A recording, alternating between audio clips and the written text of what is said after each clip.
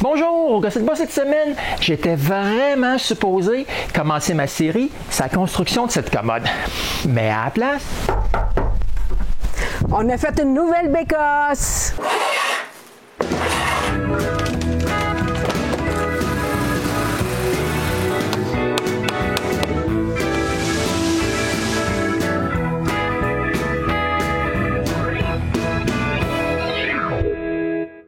Dans ma dernière vidéo, vous avez vu que ma bécasse était croche. Regardez-moi l'avoir vu droite. Mais quand on a réparé le plancher, on a bien vu que c'était une cause perdue parce que tout est pourri. On a donc décidé de refaire une toute nouvelle bécasse. Cette fois-ci, pour que ça reste droit, pour le reste de notre vie, on va faire la base en bloc de béton et ça jusqu'à nos fesses. Avant notre départ, René appelle les moulures et toutes les planches extérieures qu'on va avoir de besoin.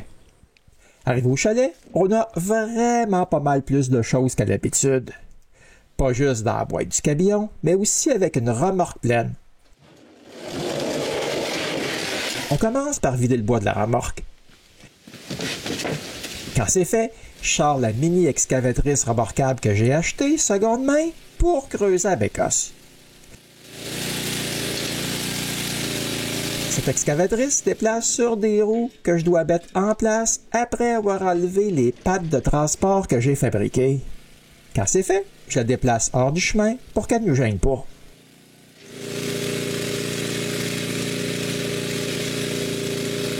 On commence le jour suivant à débroussailler un petit chemin qui ne sert plus à personne, qui se termine sur un pit de sable.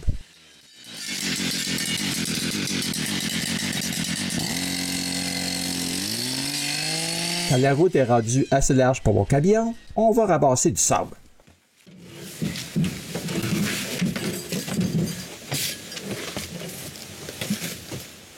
De retour au chalet, on vide les seaux et les poches pour finalement tout repelleter le sable du baril au sol. On peut pas demander mieux. Ouais, aller chercher un plein baril de sable, c'est pas une petite affaire. Il faut le pelleter 3 fois.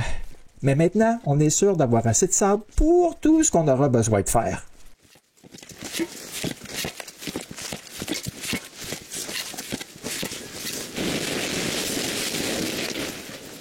Pour les roches, ouais, c'est assez simple, parce qu'on a quelques sacs qui sont entreposés derrière la bécasse. Ouais, on avait ramassé ces poches il y a pas mal de temps. C'est le temps de les utiliser.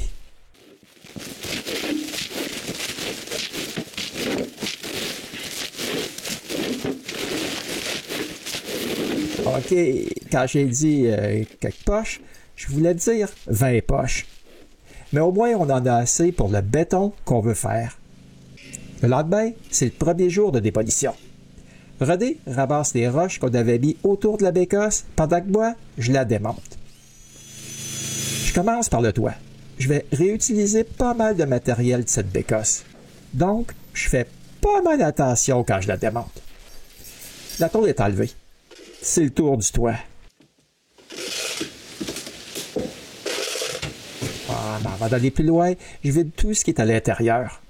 Ça fait drôle de la voir toute nue comme ça. Maintenant, je peux enlever toutes les planches extérieures. J'enlève les planches. René enlève les clous. Rendu à l'arrière, j'ai une surprise. Il manque de la laine isolante. En fait, elle est toute rendue ici. Un écureuil s'en est servi pour se faire un nid pour être bien au chaud. Après plusieurs heures, il ne reste plus de planches à l'extérieur. Je peux enlever le cadre de la porte. Par contre, je m'aperçois assez vite que je dois enlever les fermes avant. Pour enlever le cadre, je dois couper les clous.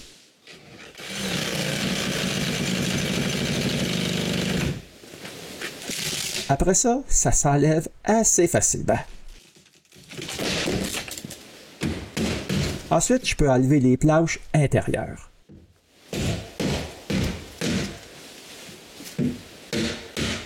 Ici, je fais plus attention parce que je veux réutiliser toutes ces planches.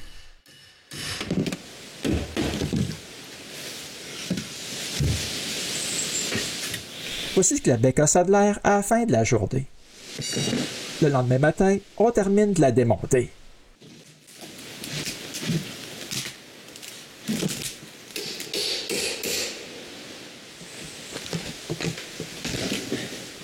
Ces morceaux de cèdre sont les seuls que je vais garder de la base. En fait, c'est ceux que j'ai installés il y a seulement 2 semaines. Voici ce qui reste de notre belle bécosse. C'est le temps d'aller chercher l'excavatrice. Comme elle n'a pas de roue motorisée, ça prend un petit bout de temps pour se déplacer.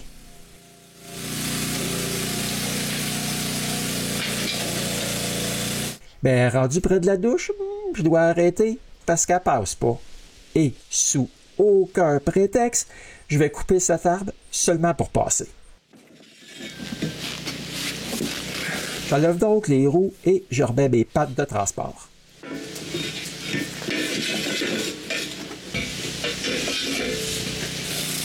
Avancer sans roues, c'est pas aussi facile que j'avais pensé. Mais j'arrive quand même à traverser devant la douche. Ensuite, je peux remettre les roues.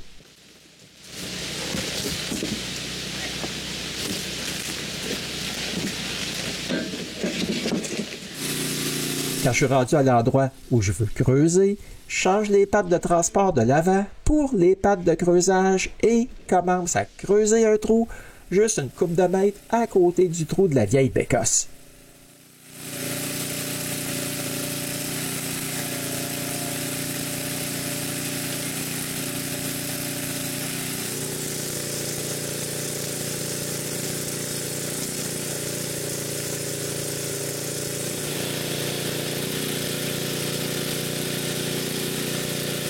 À l'occasion, je dois couper des racines qui me gênent. Ouais, je n'avais pas anticipé de trouver une aussi grosse roche à cet endroit. Mon excavatrice est capable de la soulever. Ouais, j'ai aucune place pour la mettre. Je suis donc forcé de couper un arbre.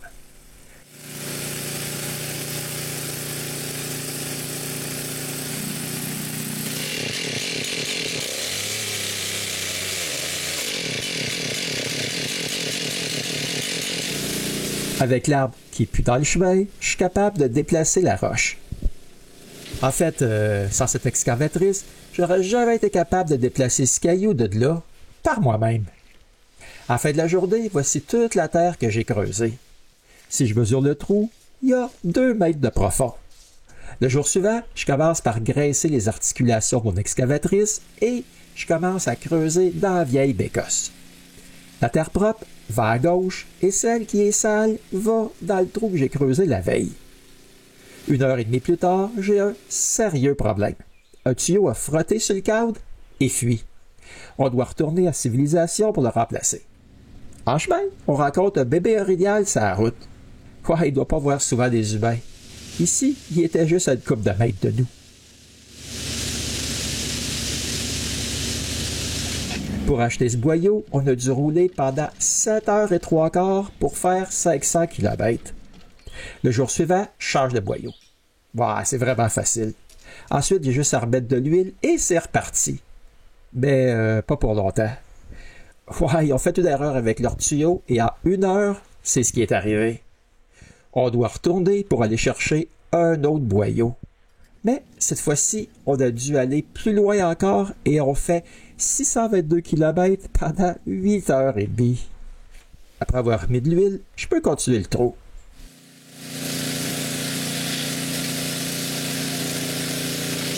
Ouais, comme je peux pas me déplacer comme je veux, je suis forcé de pelleter les coins à la main.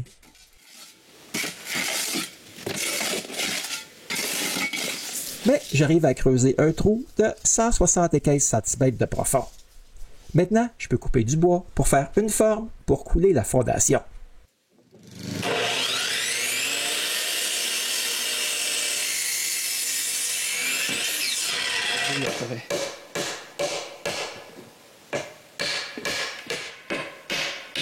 Après avoir cloué 4 morceaux pour faire une forme carrée, j'ai juste à mettre en place à l'intérieur du trou.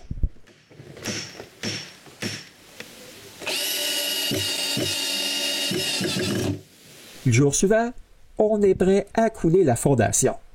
C'est le temps de partir la bétonnière. Comme pouvez le voir, notre fille est venue nous rejoindre avec sa petite famille pour nous donner un coup de bain. Donc, pendant que je m'occupe à faire le mélange de béton, Eric s'occupe de remplir la fondation.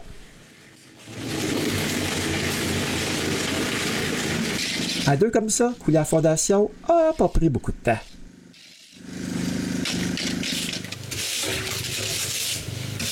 J'ai l'impression que nettoyer la bétonnière a pris plus de temps. Maintenant, il ne reste plus qu'à attendre que le béton durcisse. Pendant ce temps-là, on peut nettoyer les blocs de béton parce qu'on va en avoir besoin demain.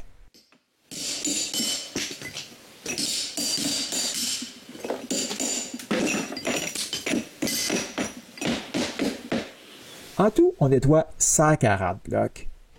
Le jour suivant, je commence par enlever les formes et on est prêt pour les blocs. Ouais, mais cette fois, je mélange le mortier dans la brouette. Ensuite, je commence à mettre les blocs en place. Après avoir fait 3 rangées, je sors du trou pour faire un autre mélange.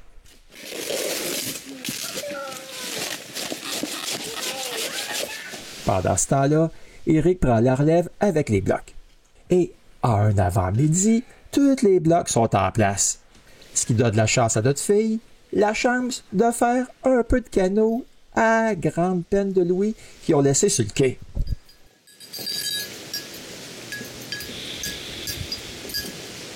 Par contre, ils ont eu un peu pitié de lui et sont revenus le chercher. Qui dit qu'on s'amuse pas avec moi ici? La première chose qu'on fait le jour suivant, c'est de mettre une toile géotextile autour des blocs pour empêcher la terre de s'infiltrer entre les blocs. Ensuite, on remblaye un peu autour pour ne pas se blesser pendant la prochaine étape, qui est les formes du plancher.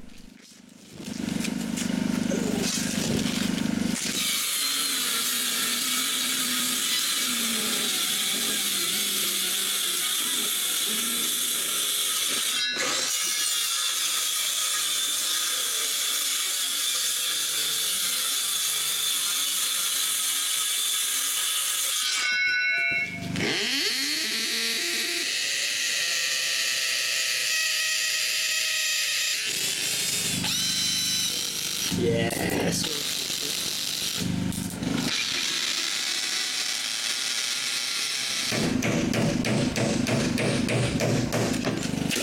À nouveau. That's it. Maintenant que les formes sont en place, c'est encore le temps de partir la bétonnière. Par contre, il m'arrive un petit incident. C'est pourquoi ici, on voit René tourner la bétonnière à bain. La poulie s'est brisée juste ici. Voici notre morceau par terre. Je change la courroie de place et on continue. Par contre, ça tourne un peu trop vite à mon goût. Mais quand même, Eric s'occupe de remplir la forme. Il n'y a pas beaucoup de béton pour le plancher. On termine avec du béton sans roche pour avoir un plancher lisse.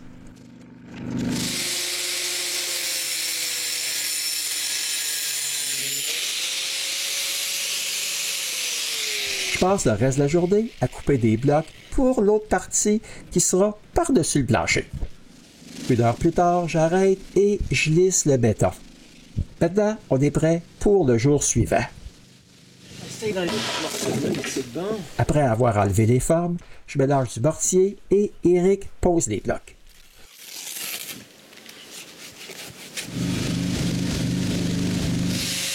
Je fais aussi des entailles sur les blocs pour m'assurer qu'ils vont bien coller au mortier. Faut pas oublier là, que tous ces blocs ont déjà été peints dans le passé. Je pense bien que comme ça va tenir.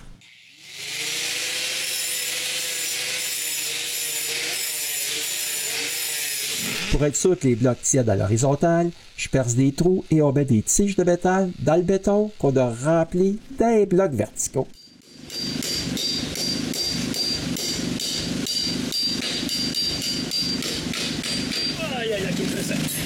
Par-dessus, on met d'autres blocs pour ajouter du poids pendant que le mortier durcit.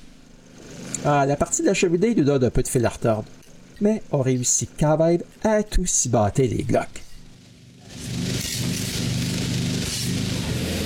Le lendemain, notre fille nous quitte. On n'a pas terminé, ça c'est sûr. Je fais des entailles sur le béton du mur avant pour que les tuiles puissent mieux s'agripper plus tard. C'est pas joli, mais ça va faire l'affaire. Par contre, comme prévu, la cheminée entre pas en place. Je dois couper un peu de béton.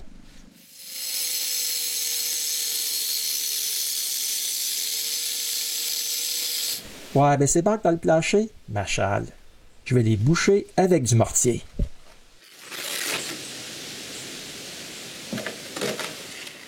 Ça, c'est plus à bon goût. Ben, comme il me reste encore du mortier, je vais boucher d'autres imperfections de béton.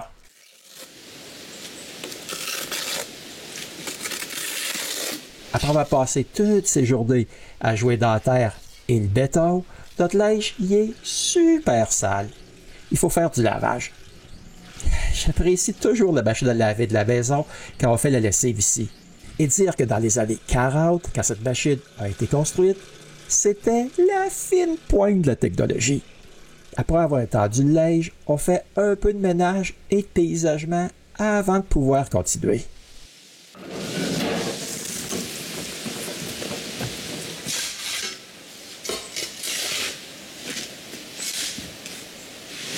Le lendemain, comme le béton de la veille est dur, je peux enlever la dernière forme qui est encore en place. Pour faire ça, je dois utiliser une échelle. Après avoir enlevé les vis, je passe la forme à roder. Je veux que la partie qui sort du sol soit étanche. Je mets donc un produit qui va sceller cette partie.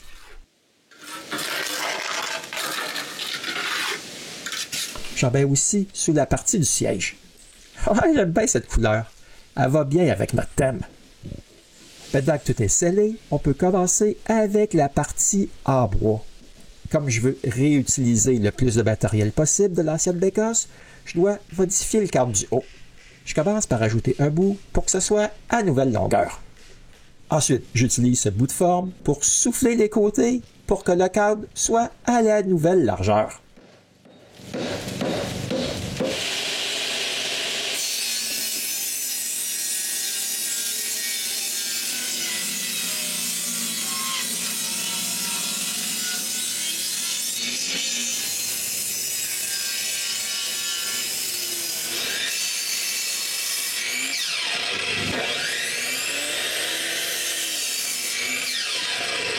En fait, je mets ces bouts seulement entre les vieilles fermes.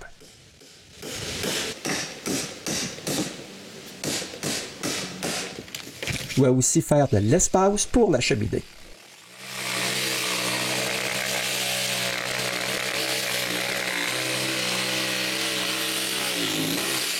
Finalement, je coupe un autre entaille sur les fermes.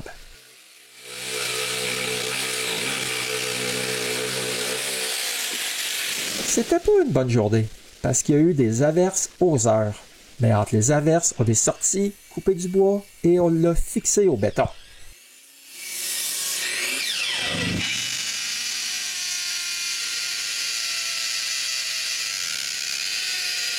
Je vous jure que percer le béton avec toutes les grosses roches que j'y avais mis, c'est pas vraiment facile.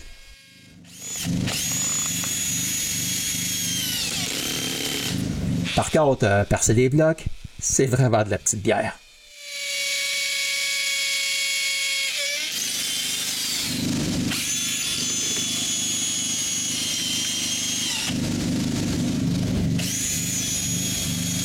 Quand j'ai une liste tout autour, je commence à clouer la structure des murs.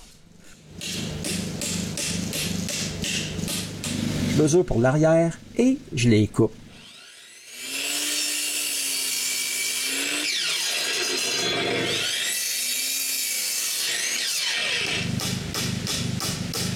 Quand les 4 poteaux des coins sont en place, je cloue le vieux cadre de porte en place. Ensuite, on met le cadre du haut en place et je le visse.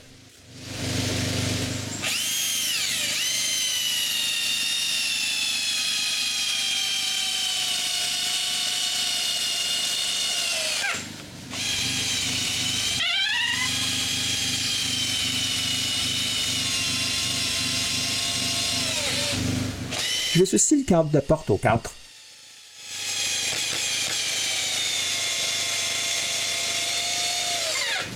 Pour terminer la journée, je coupe des bras de force et je les visse en place.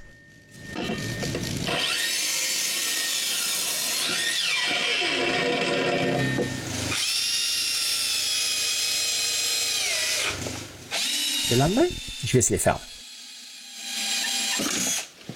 J'installe aussi la cheminée.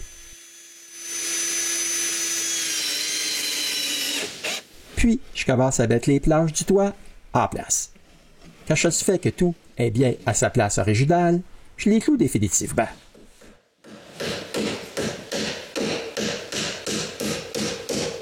Il manque encore des traverses au centre. Comme j'ai pas assez de morceaux assez longs, je dois en rabouter 2 ensemble. Puis, je les cloue en place.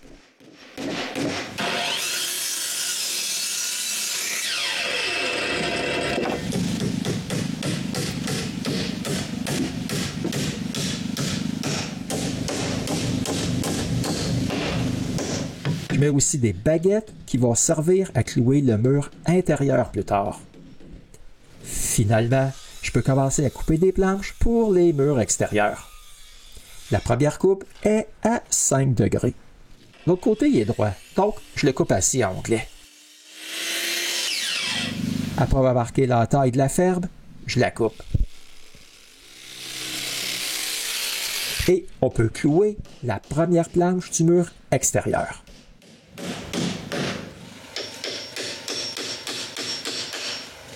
Mettre les clous en place avec un clou de 6 pouces, c'est pas l'idéal, mais j'y arrive pour toutes les planches.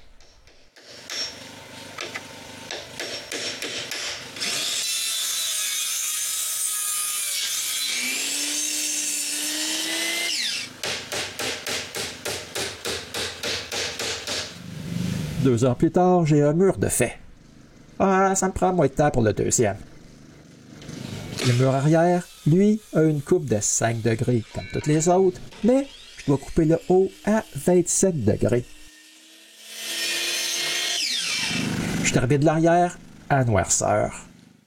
Comme je veux imperméabiliser le toit, je remets le papier de 15 livres qu'on avait enlevé, éclairé à lampe de poche.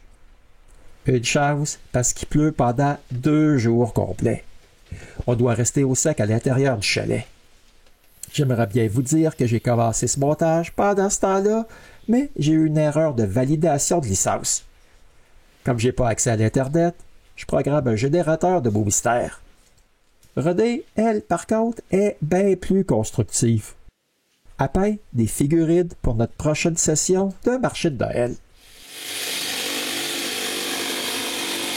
Quand la pluie arrête, on retourne dehors et on termine les planches de la façade.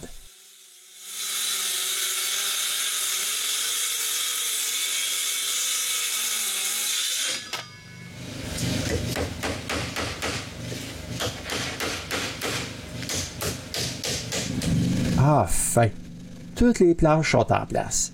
Il reste juste les coins à s'occuper.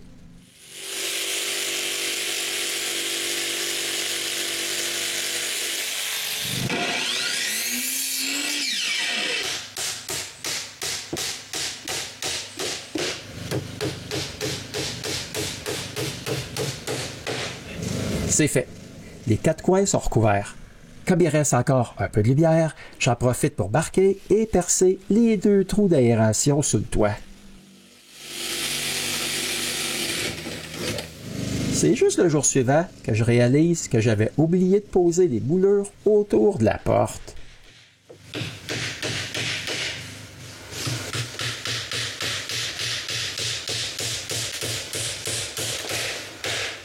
Bon, maintenant que c'est fait, je vais remettre la tôle du toit originale en place.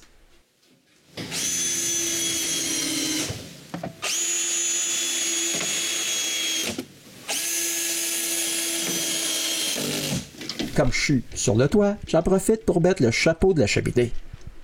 Ensuite, on met toute l'isolation qu'on avait gardée sur 2 murs et on broche un coupe-vapeur. Voici ce que l'intérieur a l'air maintenant. On a posé l'isolant qui nous restait de nos rénovations du plafond et du plancher sur le 3e mur. OK, c'est pas isolé comme le chalet, mais on reste le moins longtemps possible là-dedans. Maintenant que c'est isolé, on peut commencer à poser les planches intérieures. On commence par le coin de la cheminée.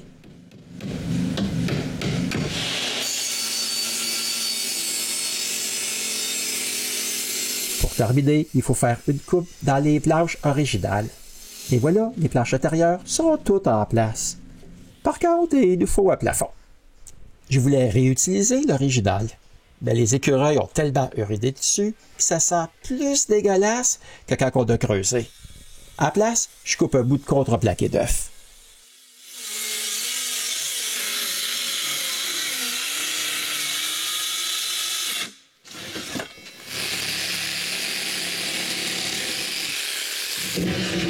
Après avoir vérifié que ça entre en place, on broche l'isolation et on le visse.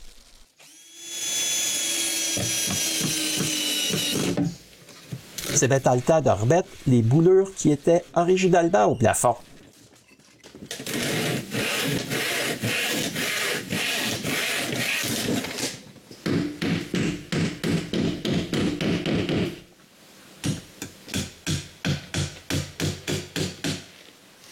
Finalement, tout l'intérieur est terminé. La dernière chose qu'on fait de la journée, c'est de tout laver. Le lendemain, avant toute chose, je coupe le contreplaqué que j'avais imperméabilisé à la grosseur du siège.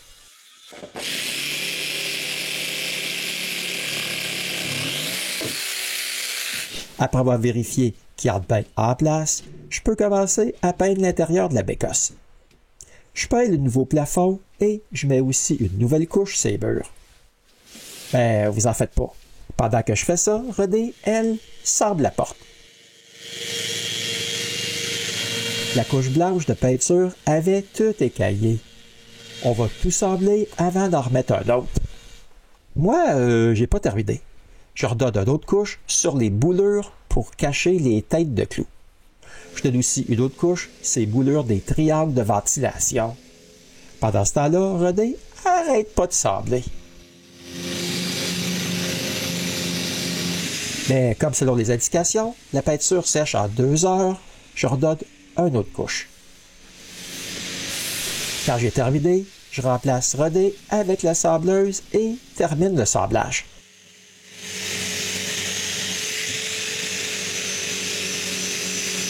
On gratte la peinture d'un coin ensemble et on met ça prêt pour une nouvelle couche de peinture. Aussi ironique que c'est, la première chose que je fais quand toute la peinture est enlevée est de remettre une nouvelle couche. Maintenant que c'est tout recouvert, je dois attendre 2 heures avant d'appliquer la seconde couche. C'est donc le temps idéal pour aller cueillir des framboises sauvages pour les crêpes du matin. Et comme vous l'aviez figuré, le matin suivant commence par des crêpes. Voici les framboises la veille et des bleuets sauvages que j'avais aussi ramassés. Il n'y a rien de mieux que des framboises sauvages dans les crêpes. C'est petit, juteux et ça goûte les framboises. Mais dès que j'ai terminé mon déjeuner, je m'occupe du grillage des 2 trous de ventilation. Un petit pour les guêpes et un plus résistant pour les écureuils.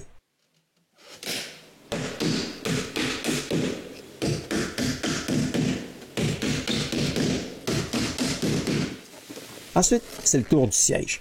J'utilise le vieux trou comme patron.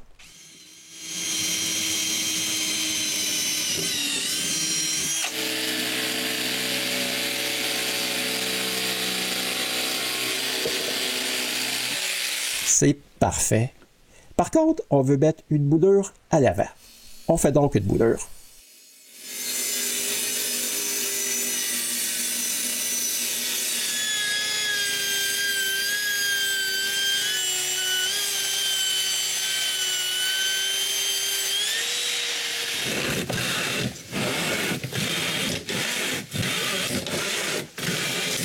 Après l'avoir coupée à la largeur du siège, je la colle et je la cloue en place.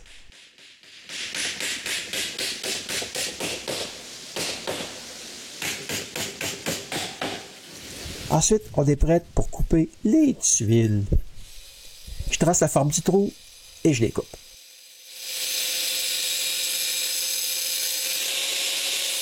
Je commence par ces trous-là parce que c'est les coupes qui sont les plus difficiles à faire. Le reste, là, il sera bien plus facile. C'est bien pour ça que je laisse cette lisière vide pour l'instant. Avec toutes les autres coupes droites que j'aurai à faire, j'aurai sûrement des restes qui feront l'affaire. Après une coupe d'heure, on a toutes les tuiles qu'on aura besoin. Comme vous pouvez voir, j'ai aussi toutes celles du siège. Par contre, j'ai un gros problème. La boîte à moitié vide de colle, elle couvre que 16 pieds carrés et j'ai bien plus que ça à coller. Mais je sais que j'ai d'autres colles juste ici dans la remise de bois de chauffage. On doit donc vider une partie de la remise. Quand ce bois de chauffage est enlevé, je peux accéder à l'endroit où j'avais entreposé la colle. Avec ces deux demi-sacs de colle, je vais en avoir assez. J'ai juste à mélanger la première boîte.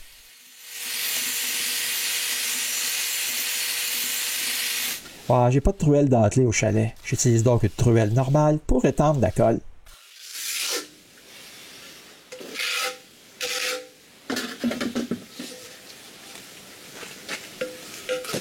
Ça va quand même assez bien. Toutes les tuiles sont coupées à la bonne grosseur.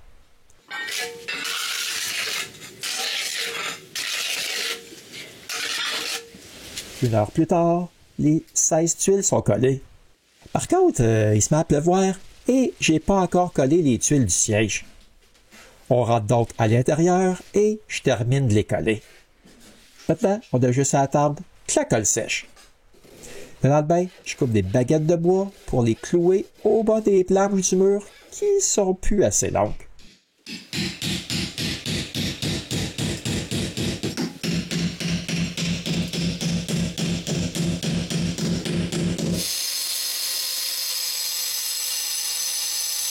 Après avoir coupé d'autres restes de tuiles et mélangé tout ce qui me reste de colle, je les colle au bas des murs. Ensuite, je passe plusieurs heures à finaliser plusieurs choses, comme peindre les moulures du siège et appliquer du préservatif sur l'autre côté de la porte. Ouais, ça change le look. Je coupe aussi des moulures pour le contour du siège.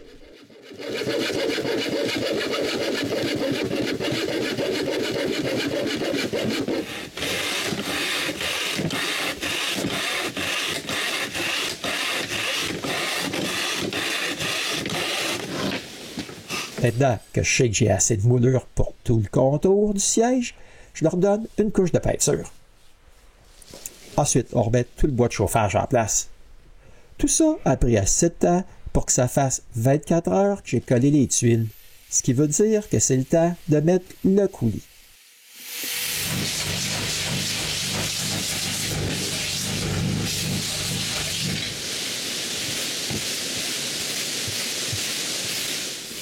Après une demi-heure, René enlève l'excédent pendant que j'installe des tuiles autour de la bécasse pour empêcher la boue d'éclabousser sur nos murs. Laver prend pas mal de temps. Je lave donc le siège. On termine notre journée comme ça. Le lendemain, on installe le siège en place et je mets le tout en place.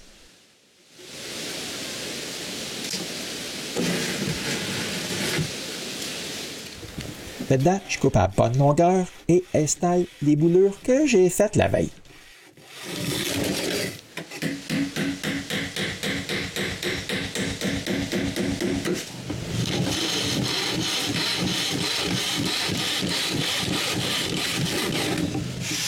Je chabaronne les deux bouts avant de les clouer en place.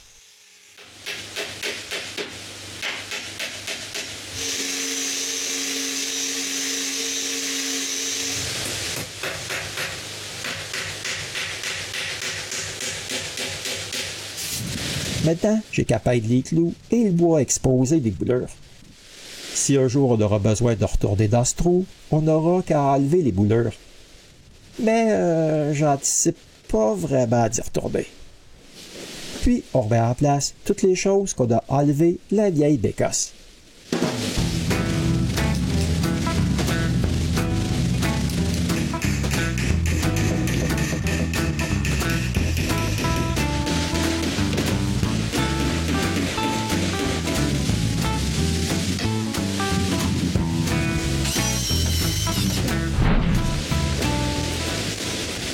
Et là vient la plus grosse surprise de la journée.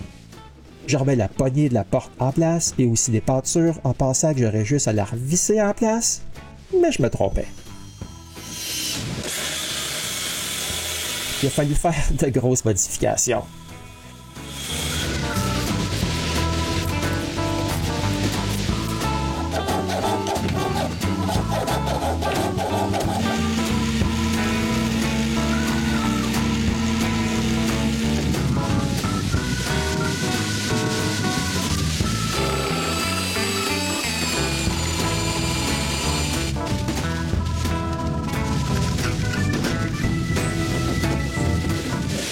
Après toutes ces modifications, ben, je la remets du mieux que je peux en place.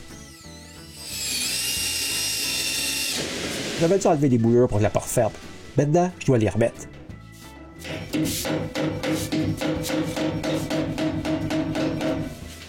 Finalement, je fais des retouches de peinture. Après 21 jours, on a finalement une bécasse terminée et fonctionnelle. Pour l'autre semaine de notre séjour, on prend ça relax. Ça fait du bien, je peux enfin prendre une marche avec notre petit animal. Cet arbre, il a déjà été beau. Maintenant, il est mort. Ici, vous pouvez voir tout ce que les insectes ont mangé et tous les trous qu'ils ont fait sur l'écorce. Ouais, comme cet arbre-là est à quelques centimètres de mon chalet, je veux pas prendre de chance qu'il tombe dessus. Ça me déchire le cœur, mais je dois le couper.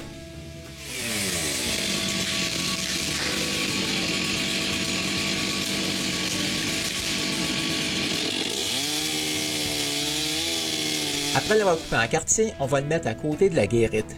Comme ça sera plus difficile de passer à côté en VTT. On va porter les branches ailleurs. Maintenant, tout ce qu'il nous reste à faire est se débarrasser de la souche.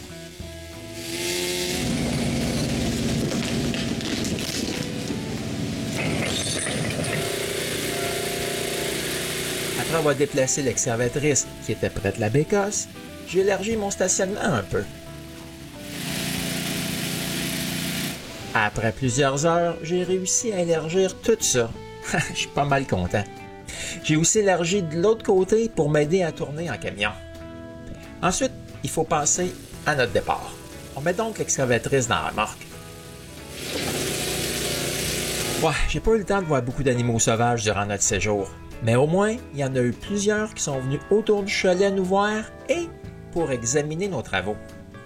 Je dois avouer que ce petit chat était bien plus impressionnant que la couvée de perdrix qui est autour.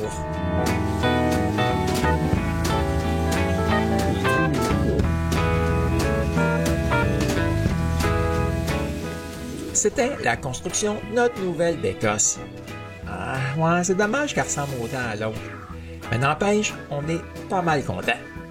Elle va rester droite pour bien plus longtemps que la vieille. Et en plus, l'intérieur, il est bien plus joli. Ça sera bien plus facile à l'entretenir. J'espère qu'on va se revoir bientôt au prochain épisode du Gosseux de bois.